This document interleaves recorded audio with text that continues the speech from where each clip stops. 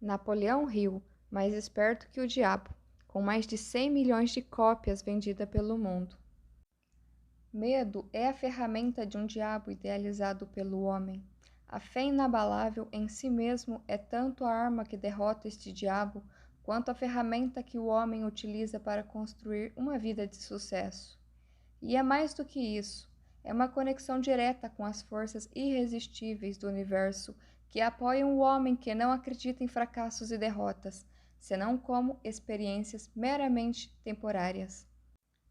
Pelo homem que quebrou o código do diabo e o forçou a confessar, o mais corajoso e inspirador de todos os livros de autoconhecimento, escrito pelo filósofo de sucesso número 1 da América, que, após 30 anos de pesquisas, achou o diabo e arrancou dele uma confissão fantástica, revelando onde ele mora, por que ele existe, como ele ganha o controle da mente e das pessoas e, principalmente, como qualquer um pode vencê-lo. Este livro é um curso generoso em psicologia, deixando claro os princípios de como funciona a mente humana. Quando você terminar essa história do diabo, você saberá muito mais sobre Deus. Capítulo 1. Meu primeiro encontro com Andrew Carnegie. Por mais de um quarto de século, meu principal objetivo foi o de separar e organizar em uma filosofia de realizações as principais causas tanto do fracasso como do sucesso, com o objetivo de ser útil a todos os outros que não têm nem a inclinação nem a oportunidade de se engajar nesse tipo de pesquisa. Meu trabalho começou em 1908, como resultado de uma entrevista que fiz com Andrew Carnegie. Eu, francamente, contei ao Sr. Carnegie que eu tinha concebido a ideia de entrar para a faculdade de Direito e que havia pensado em pagá-la entrevistando homens e mulheres bem-sucedidos, descobrindo como eles conseguiam sucesso e descrevendo as minhas descobertas para entrevistas. No final da minha visita ao Sr. Carnegie, me perguntou se eu tinha ou não coragem para realizar algo que ele estava para me oferecer. Respondi que coragem era tudo o que eu tinha e que estava preparado para dar o meu melhor, independentemente da proposta que ele tinha a me oferecer. Ele então disse: a sua ideia de escrever histórias sobre homens e mulheres bem-sucedidos é memorável quanto ideia, e eu não tenho nenhuma intenção de tentá-lo desencorajá-lo de cumprir o seu objetivo. Mas eu preciso lhe dizer que, se você realmente quer fazer um serviço que seja útil, não somente para as pessoas de hoje, mas também que dure para toda a posteridade, ocupe o seu tempo organizando, baseando nessas histórias as causas do fracasso e do sucesso dessas pessoas. Há milhões de pessoas no mundo que não têm a menor concepção das causas do sucesso e do fracasso. As escolas e faculdades ensinam praticamente tudo, exceto os princípios de realização pessoal. Eles exigem que jovens homens e mulheres passam de 4 a 8 anos adquirindo conhecimento abstratos, mas não os ensinam o que fazer com esse conhecimento depois de tê-lo. O mundo está precisando de uma filosofia de realização prática e inteligível, organizada a partir de conhecimento resultante da experiência de homens e mulheres de grande universidade da vida. Em todo o campo da filosofia, eu não encontro nada que se assemelhe ao tipo de filosofia que tenho em mente. Nós temos muito poucos filósofos que são capazes de ensinar a homens e mulheres a arte de viver. Parece, para mim, que há uma oportunidade que deveria desafiar um jovem ambicioso do seu tipo, mas ambição pura não basta para essa tarefa que eu sugeri. Aquele que ousar seguir minha sugestão deverá ter coragem e tenacidade.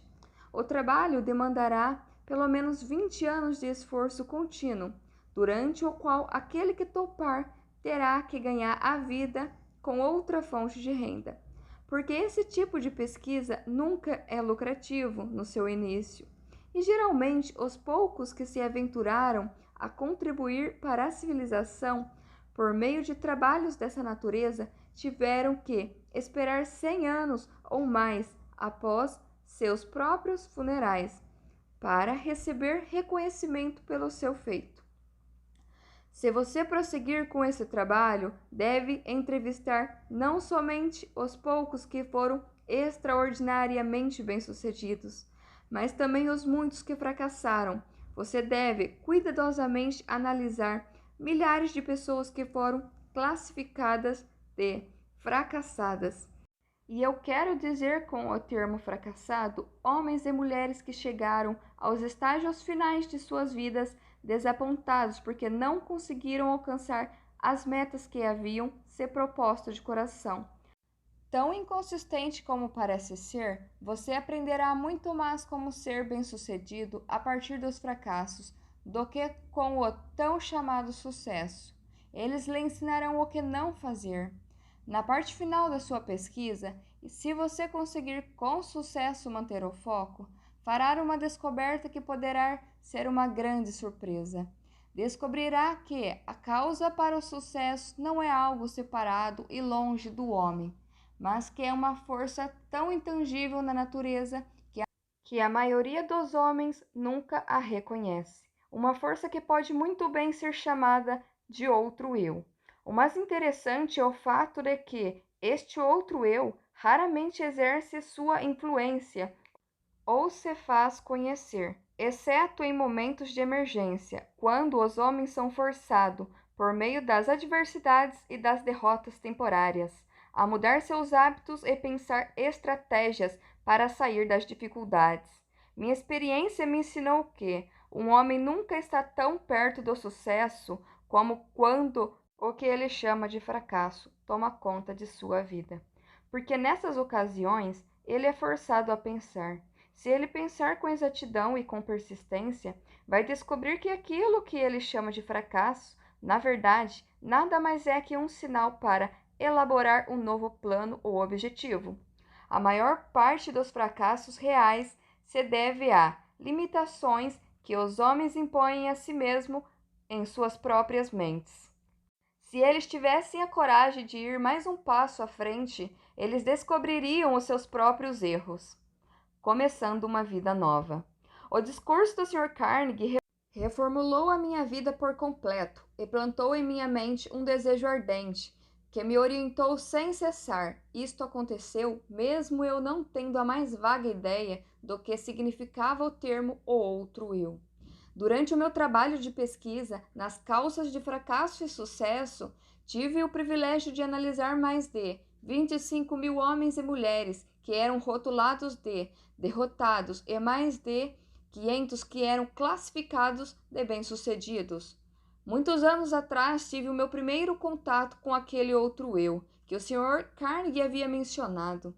A descoberta veio como se ele disse que viria, como resultado de 2 pontos cruciais da minha vida, mas que foram, na verdade, emergenciais e que me forçaram a pensar um jeito de vencer as minhas dificuldades de tal maneira que eu nunca havia experimentado.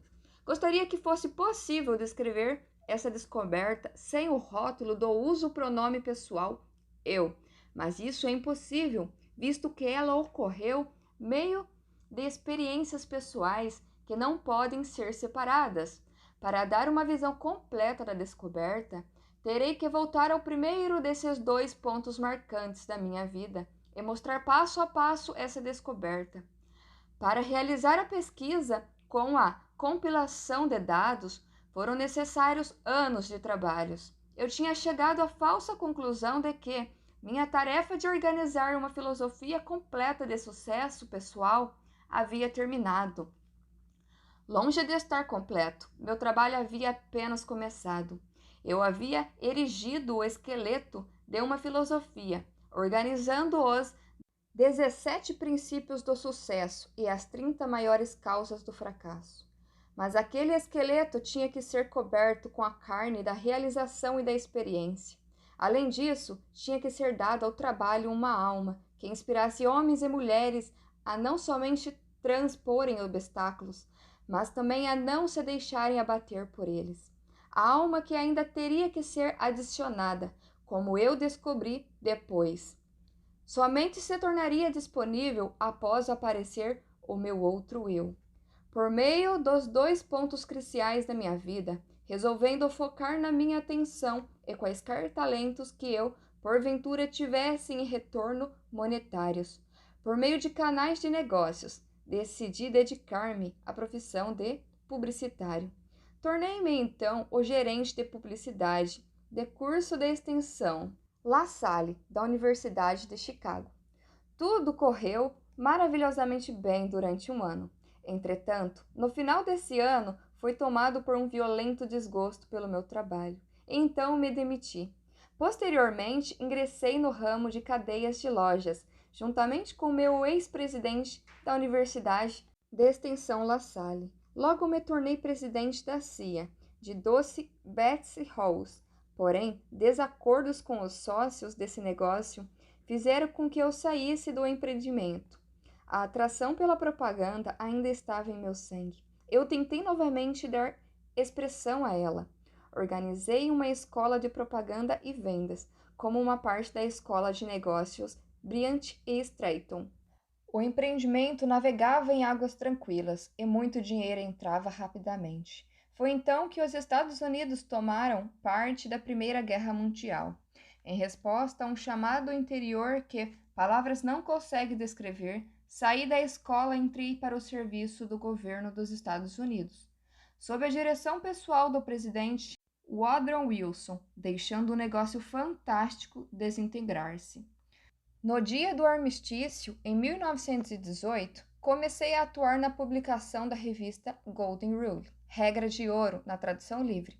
Apesar do fato de eu não ter nenhum centavo de capital, a revista cresceu rapidamente e em pouco tempo ganhou circulação nacional, chegando a quase 500.000 de exemplares, finalizando seu primeiro ano de negócios com um lucro de $3.156.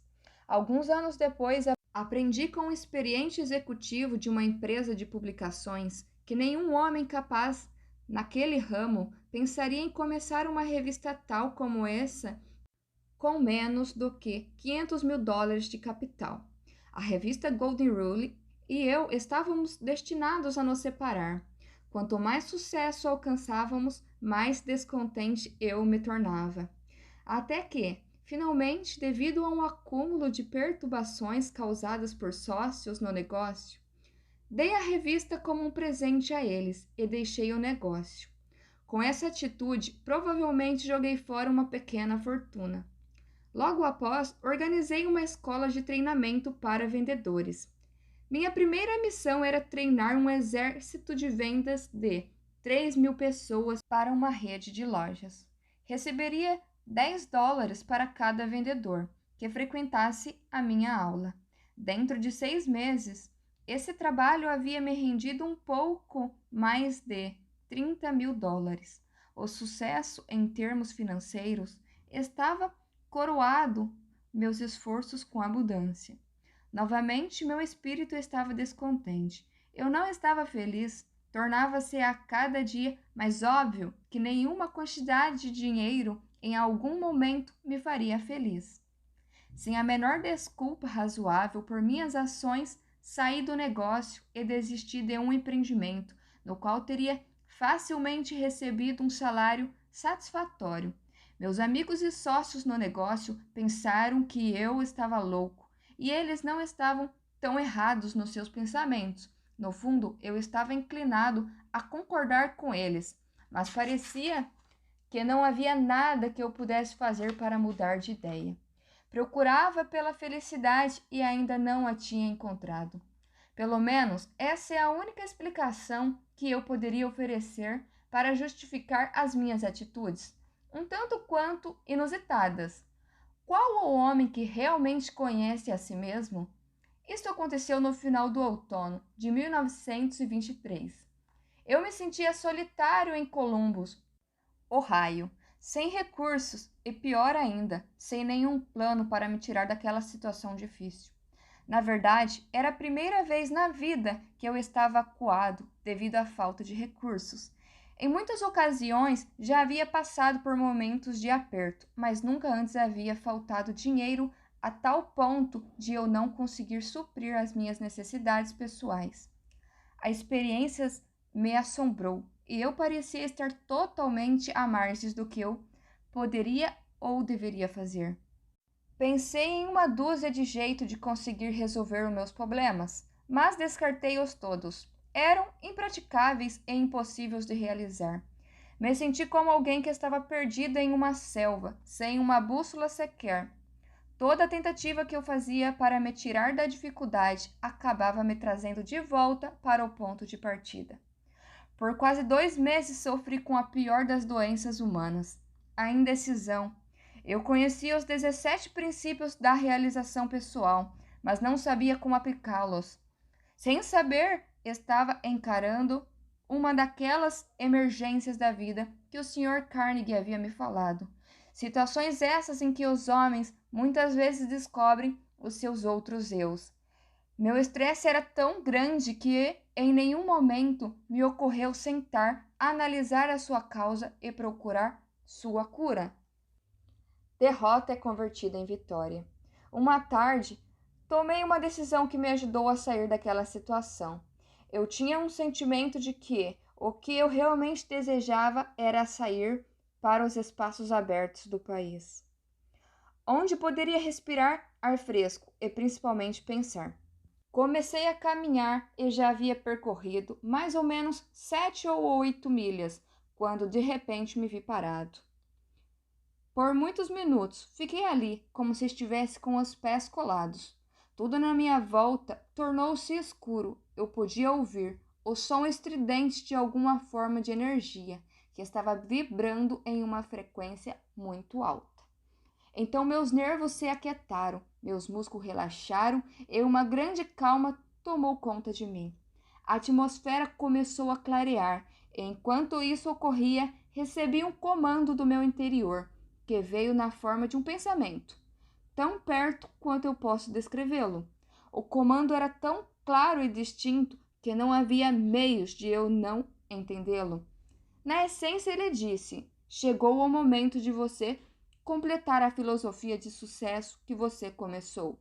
Seguindo a sugestão de Carnegie, volte para casa de uma vez por todas e comece a transferir os dados que você juntou de sua própria mente, transformando-os em manuscrito.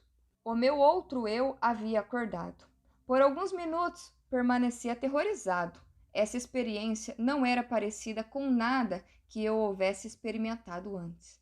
Eu virei e caminhei rapidamente até chegar em casa. Quando me aproximei de casa, vi meus 3 filhos olhando pela janela para as crianças do vizinho, que estavam decorando uma árvore de Natal. Então, me lembrei que era véspera de Natal. Para completar, me dei conta, com um sentimento de pura tristeza, tal qual eu jamais havia experimentado, de que não haveria árvores de Natal na nossa casa. O olhar de desapontamento no rosto das minhas crianças me fez lembrar desse fato com muita dor.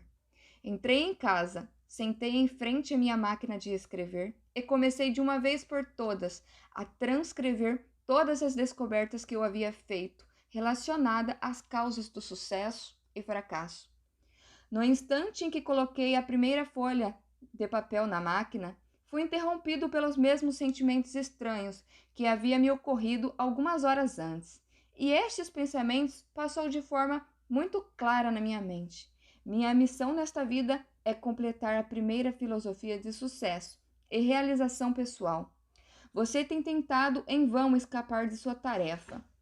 Cada esforço trazendo fracasso para você. Você está procurando pela felicidade. Aprenda essa lição. De uma vez por todas, você somente achará alegria ajudando os outros a encontrá-la. Você tem sido um estudante teimoso. Você tinha que ser curado de sua teimosia por meio de desapontamentos sucessivos. Dentro de poucos anos, o mundo todo começará uma filosofia experiência, na qual milhões de pessoas que necessitam desta filosofia terão acesso a ela. Justamente devido a esse direcionamento que você recebeu para completá-la, a sua grande oportunidade de achar a felicidade prestando um serviço útil terá chegado. Vá trabalhar e não pare até que você tenha completado e publicado os manuscritos que você começou. Eu estava consciente de ter chegado ao final do arco-íris da vida, estava feliz. A dúvida aparece. O feitiço, se é que essa experiência pode ser assim chamada, passou. Comecei a escrever e pouco depois fui sugestionado pela minha razão. E pensei que talvez eu estivesse entrando numa missão estúpida. A ideia de que um homem que estava em plena depressão e praticamente falido pudesse escrever uma filosofia de sucesso pessoal me parecia tão fantasiosa que ri vigorosamente e acabei dando gargalhadas. Me arrumei na cadeira, passei os dedos pelo meu cabelo e tentei criar um álibi que justificaria à minha própria mente que eu deveria tirar o papel da máquina de escrever antes de começar.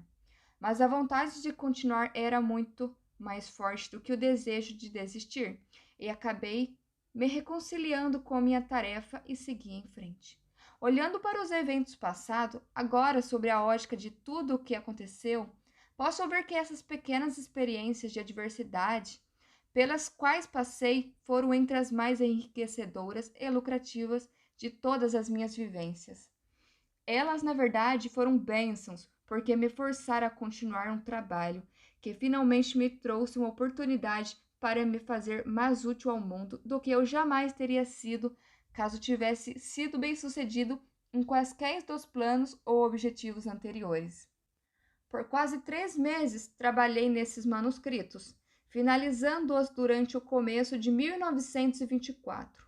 Assim que os completei, me senti novamente compelido a voltar ao grande jogo dos negócios americanos. Sucumbindo ao meu desejo, comprei a Faculdade dos Negócios Metropolitana em Cleveland, Ohio, e comecei a organizar os planos para aumentar a sua capacidade. No final de 1924, tínhamos nos desenvolvido e expandido, adicionado novos cursos. Havíamos dobrado os números considerando o melhor momento em que a escola já tinha vivido. Novamente, o germe de descontentamento começou a se fazer sentir em meu sangue. Mais uma vez eu sabia que não poderia achar a felicidade nesse tipo de empreendimento. Repassei o negócio aos meus sócios e fui para a plataforma de palestras. Falando sobre a filosofia de realização e sucesso pessoal para a organização pela qual eu havia devotado tantos dos meus anos anteriores. Uma noite estava marcado para eu palestrar em Canton, Ohio. O destino, ou o que quer que algumas vezes pareça moldar o futuro dos homens, não importasse o quanto eu tentasse contra ele, novamente me colocou cara a cara com uma nova e muito dolorosa experiência. No meu auditório em Canton estava sentado Don R. Mallet, responsável pela publicação de Canton Daily News. O Sr. Mallet ficou tão interessado na filosofia de realização e sucesso pessoal da minha palestra naquela noite que me convidou para visitá-lo no dia seguinte. Essa visita resultou em um acordo de parceria que era para ter acontecido no dia 1 de janeiro seguinte, quando o Sr. Mallet planejava renunciar ao cargo de chefe da publicação da Daily News para se encarregar do negócio e da publicação da filosofia, na qual eu estava trabalhando.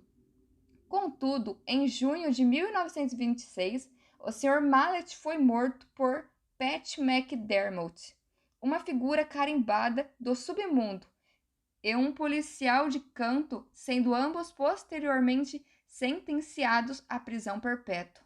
Ele foi morto porque estava exposto em seu jornal uma ligação entre os bandidos e alguns membros da polícia de Canton. O crime foi um dos mais chocantes que a era da proibição já produziu. O acaso salva minha vida. Na manhã seguinte à morte do Sr. Mallet, fui chamado no telefone por uma pessoa desconhecida, que me alertou de que eu teria 1 hora para sair de Canton e de que eu poderia ir voluntariamente dentro de 1 hora. Mas, se eu esperasse mais tempo, provavelmente iria dentro de um caixão. Minha associação com o Sr. Mallet havia aparentemente sido mal interpretada. Seus assassinos, de certo, acreditavam que eu estava conectado de forma direta à exposição que ele vinha fazendo em seus jornais. Não esperei acabar o meu limite de 1 hora, Mas imediatamente entrei no meu carro e dirigi para a casa de parentes nas montanhas a oeste de Virgínia, aonde fiquei até que os assassinos tivessem sido colocados na prisão. Essa experiência veio bem dentro da categoria descrita pelo Sr. Carnegie como uma emergência, que força homens a pensarem. Pela primeira vez na vida, conheci a dor do medo constante. A minha experiência de alguns anos anteriores em Columbus havia preenchido a minha mente com dúvida e indecisão temporária. Mas essa preencheu a minha mente com um medo que parecia impossível de remover. Durante o tempo em que eu estava escondido, raramente deixava a casa à noite, e quando saía, mantinha minha mão em uma pistola automática levada no bolso do casaco, mantida destravada para ação imediata. Se um automóvel estranho parasse em frente à casa onde eu estava escondido, eu ia imediatamente para o porão e, com cuidado, escrutinava os seus ocupantes através das janelas. Depois de alguns meses convivendo com esse tipo de experiência, meus nervos começaram a sentir. A coragem sumiu por completo, assim como a ambição de que eu tinha em meu coração durante os longos anos de trabalho em busca das causas do fracasso e do sucesso também partiu. Vagarosamente, passo a passo, me senti caindo num estado de total letargia, da qual eu temia que jamais conseguisse emergir. O estado deve ter sido o mesmo que aqueles que pisam na areia movediça sentem. Quando se dão conta de cada esforço que fazem para tirá-los da areia, apenas leva mais para o fundo. O medo é uma areia movediça que se retroalimenta. Se a semente da insanidade estivesse presente na minha constituição física, certamente ela teria germinado durante esses meses, subsistindo como um morto-vivo. Indecisão completa, sonhos irresolutos, dúvidas e medo eram tudo o que minha mente experimentava dia e noite. A emergência que encarei fora desastrosa por dois motivos. Primeiro, a verdadeira natureza dessa emergência me manteve em um estado de constante indecisão e medo. Segundo, esse enclausuramento forçado me deixou em estado de tensão constante. Eu tendia a me preocupar com o peso do tempo que passava. A minha faculdade da razão tinha sido quase paralisada. Me dei conta de que precisava trabalhar a mente para sair desse estado mental. Mas como? Os recursos que tinham me ajudado a resolver todas as emergências anteriores na minha vida parece que criaram asas e me deixaram completamente à mercê da situação. Além de todas as dificuldades que eu estava enfrentando até esse momento, outra situação me parecia mais dolorosa, que todas as outras combinações surgiu. Era a tomada de consciência de que eu havia gastado a maior parte dos meus últimos anos em busca do arco-íris, procurando aqui e lá pelas causas do sucesso, e me achando agora, nesse exato momento, mais fraco e incapacitado do que qualquer uma das 25.000 pessoas as quais eu havia julgado como sendo fracassos. Esse pensamento era quase enlouquecedor. Além disso, era também extremamente humilhante, porque eu estava palestrando por todo o país em escolas e faculdades e para organizações de comércio, tentando contar às outras pessoas como aplicar os 17 princípios do sucesso, enquanto aqui estava eu, incapaz de aplicá-los para mim mesmo. Estava certo de que nunca mais poderia encarar o mundo com um sentimento de confiança. Toda vez em que eu me olhava no espelho, notava uma expressão de desgosto próprio na minha face. E frequentemente disse coisas ao homem no espelho que não devem ser escritas.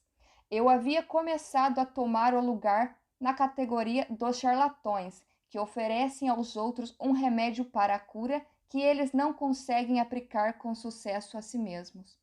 Os criminosos que assassinaram o Sr. Mallet foram julgados e mandados para a prisão perpétua.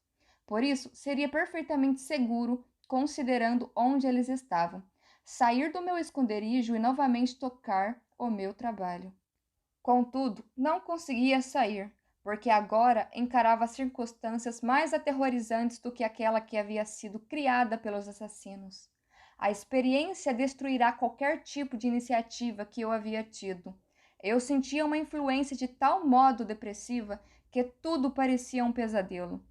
Estava vivo e poderia me mover, mas não conseguia pensar em um único movimento por meio do qual eu pudesse continuar a procurar pela meta que eu tinha estipulado para mim mesmo. Baseado na sugestão do Sr. Carnegie, estava rapidamente me tornando indiferente, não apenas a mim mesmo, mas pior ainda. Começava a me tornar mal-humorado e irritado com aqueles que haviam me oferecido abrigo durante a minha emergência. Encarei a maior emergência da minha vida, a menos que tenha passado por uma experiência similar. Você não consegue imaginar como me senti. Tais experiências não conseguem ser descritas.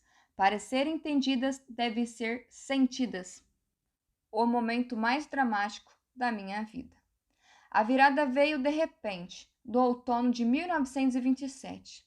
Mais de um ano após o incidente de Canton, deixei a casa em uma noite e caminhei para o prédio da escola pública, que se situava no topo de uma montanha acima da cidade. Eu havia chegado a uma decisão de lutar contra tudo aquilo antes que a noite acabasse. Comecei a caminhar em volta ao edifício, tentando forçar meu cérebro confuso a pensar com clareza. Devo ter dado centenas de voltas ao redor do prédio antes que qualquer coisa que se assemelhasse a um pensamento organizado pudesse cruzar a minha mente. Enquanto caminhava, repetia constantemente para mim mesmo: existe uma saída e vou achá-la antes de voltar para casa. Devo ter repetido essa frase 1000 vezes. Além disso, estava decidido a fazer exatamente o que eu estava dizendo a mim mesmo. Estava totalmente desgostoso comigo mesmo, mas ensaiei uma esperança de salvação.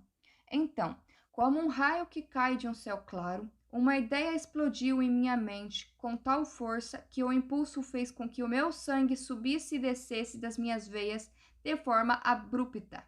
Este é o seu período de teste. Você foi reduzido à pobreza e humilhado, para que pudesse ser forçado a descobrir o seu outro eu. Pela primeira vez em anos, recordei o que o Sr. Carnegie dissera sobre esse outro eu. Nesse momento, lembrei-me de que havia dito que eu descobriria esse outro eu no final do meu trabalho de pesquisa, pelas causas do fracasso e sucesso. E ainda recordei que ele disse que a descoberta normalmente viria como resultado de uma emergência, quando homens são forçados a mudar os seus hábitos e pensar formas de sair da dificuldade. Continuei caminhando ao redor da escola, só que agora eu estava flutuando. Inconscientemente, parecia saber que estava para ser liberado da prisão que havia feito a mim mesmo.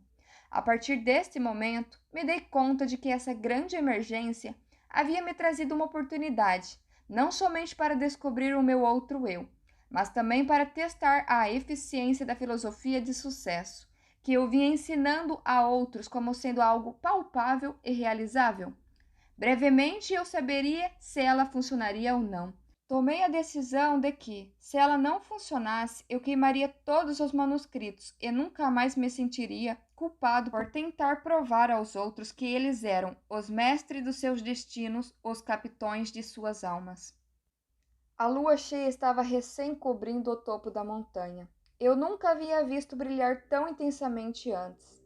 Enquanto eu estava contemplando, outro pensamento cruzou a minha mente. Você tem mostrado às outras pessoas como dominar o medo e como sobrepujar as dificuldades que surgem nas emergências da vida. De agora em diante, você pode falar com autoridade, porque está a ponto de superar as suas próprias dificuldades, com coragem e objetivo, resoluto e destemido. Com esse pensamento, veio uma mudança na química do meu ser que me elevou a um estado de euforia que eu nunca havia experimentado. Meu cérebro começou a clarear e o estado de letargia no qual ele se encontrava começou a passar. A minha razão passou a trabalhar novamente. Por um breve momento, eu estava feliz pelo privilégio de passar por longos meses de tormento, já que a experiência me ofereceu a oportunidade de testar a eficiência dos princípios de sucesso, as quais eu vinha pesquisando de forma inexorável.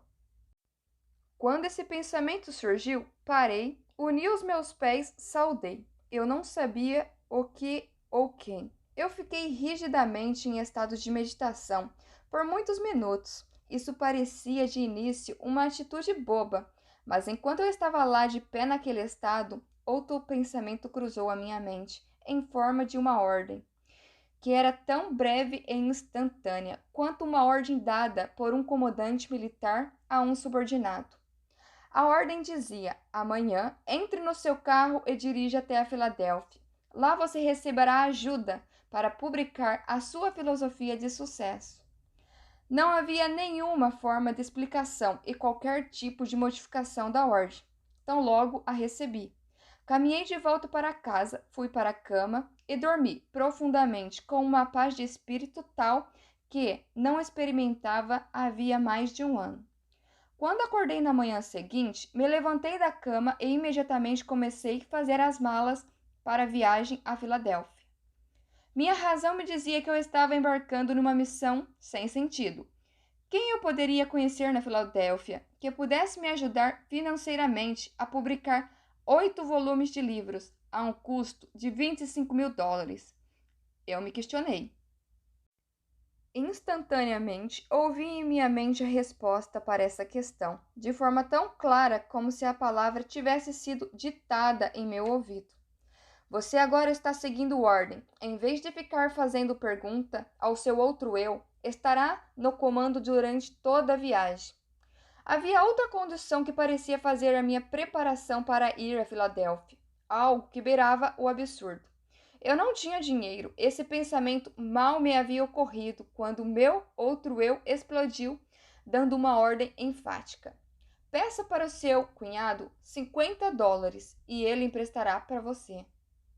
A ordem parecia definitiva e final. Sem qualquer hesitação, segui as instruções. Quando pedi o dinheiro ao meu cunhado, ele disse: claro, certamente vou lhe emprestar os 50, mas se você vai para tão longe, seria melhor levar $100. Agradeci a ele e disse que $50 seria o suficiente. Sabia que não bastava, mas essa era a quantia que o meu outro eu havia me ordenado a pedir. E foi exatamente isso que fiz.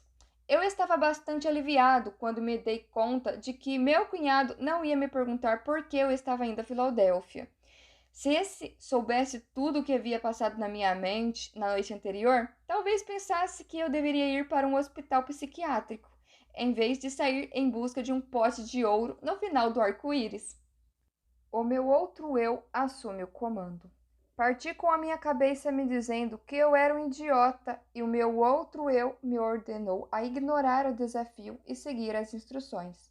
Dirigi a noite inteira, chegando a Filadélfia na manhã seguinte.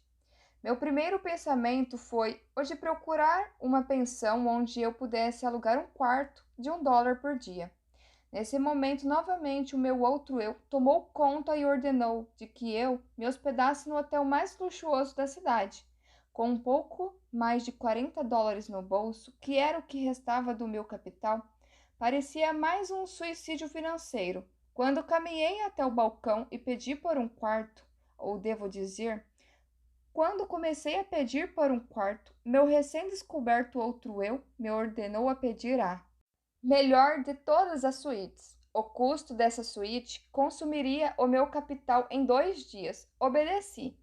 O carregador de malas pegou a minha bagagem e me entregou o ticket do estacionamento do meu automóvel e me conduziu até o elevador, como se eu fosse o príncipe de Gales. Era a primeira vez em mais de um ano que um ser humano havia demonstrado tal deferência comigo. Meus próprios parentes, esses com que eu estava morando, longe de me mostrar qualquer tipo de consideração, ainda achavam que eu era um peso para eles. E tenho certeza de que eu era, porque nenhum homem no estado mental em que eu me encontrava no último ano poderia ser qualquer coisa além de um peso a todos aqueles com os quais, porventura, entrasse em contato. Tornava-se evidente que o meu outro eu estava determinado a me tirar do complexo de inferioridade que eu me havia desenvolvido. Dei ao carregador de malas $1. Comecei a estimar quanto seria a minha conta do hotel até o final de semana. quando então o meu outro eu ordenou que eu limpasse completamente a minha mente de quaisquer pensamentos de limitação e que conduzisse a minha vida a partir daquele momento como se tivesse todo o dinheiro que quisesse no meu bolso. A experiência pela qual eu estava passando era tanto nova quanto estranha para mim. Nunca consegui ser mais do que eu acreditava que poderia ser. Por quase meia hora, esse outro eu me deu ordens que segui à risca durante o período na minha estada na Filadélfia. As instruções que recebi por meio desses pensamentos que se apresentaram em minha mente com tal força que eles eram facilmente distinguíveis de pensamentos normais criados pelo meu eu tradicional. Eu recebo ordens estranhas de uma fonte estranha. Minhas instruções começaram desta forma: a partir deste momento, você está completamente no comando do seu outro eu. De agora em diante, você deve saber que duas entidades ocupam o seu corpo. Na verdade, duas entidades similares ocupam o corpo de cada ser vivente do planeta Terra. Uma dessas entidades é motivada e responde pelos impulsos do medo. A outra é motivada e responde ao impulso da fé. Por mais de um ano, você foi conduzido como um escravo pela entidade do medo. Há 2 noites, a entidade da fé assumiu o controle do seu corpo físico, e a partir daquele momento, você foi motivado por essa entidade. Por mera conveniência, você pode chamar essa entidade fé do seu outro eu. Ela não conhece limitações, não tem medos e não reconhece a palavra impossível. Você foi direcionado a selecionar esse ambiente de luxo em um bom hotel, como um meio de desencorajar o retorno da entidade medo. Esse antigo eu, motivado pelo medo, não está morto, ele simplesmente foi destronado. E ele o seguirá aonde quer que você vá, esperando uma oportunidade favorável para tomar conta de você novamente. Ele somente pode tomar o controle de você por meio de seus pensamentos. Lembre-se disso. E mantenha as portas da sua mente hermeticamente fechadas contra todos os pensamentos que procuram limitá-lo de qualquer maneira e você assim ficará a salvo. Não se permita preocupar-se com o dinheiro que você precisará para as suas despesas imediatas. O recurso virá a você no momento em que você necessitar dele. Agora, vamos aos negócios. Antes de qualquer coisa, você deve saber que a entidade fé, que agora está no comando do seu corpo, não fez nenhum tipo de milagre e também não trabalha em oposição a nenhuma das leis da natureza. Enquanto ela estiver no comando do seu corpo, ela o guiará sempre que você a chamar, por meio de impulsos de pensamentos que cruzarão pela sua mente e o ajudarão a realizar todos os seus planos de maneiras mais natural, conveniente e lógica possível. Acima de qualquer coisa, tenha este fato claramente fixado na sua mente, que o seu outro eu não fará o trabalho por você.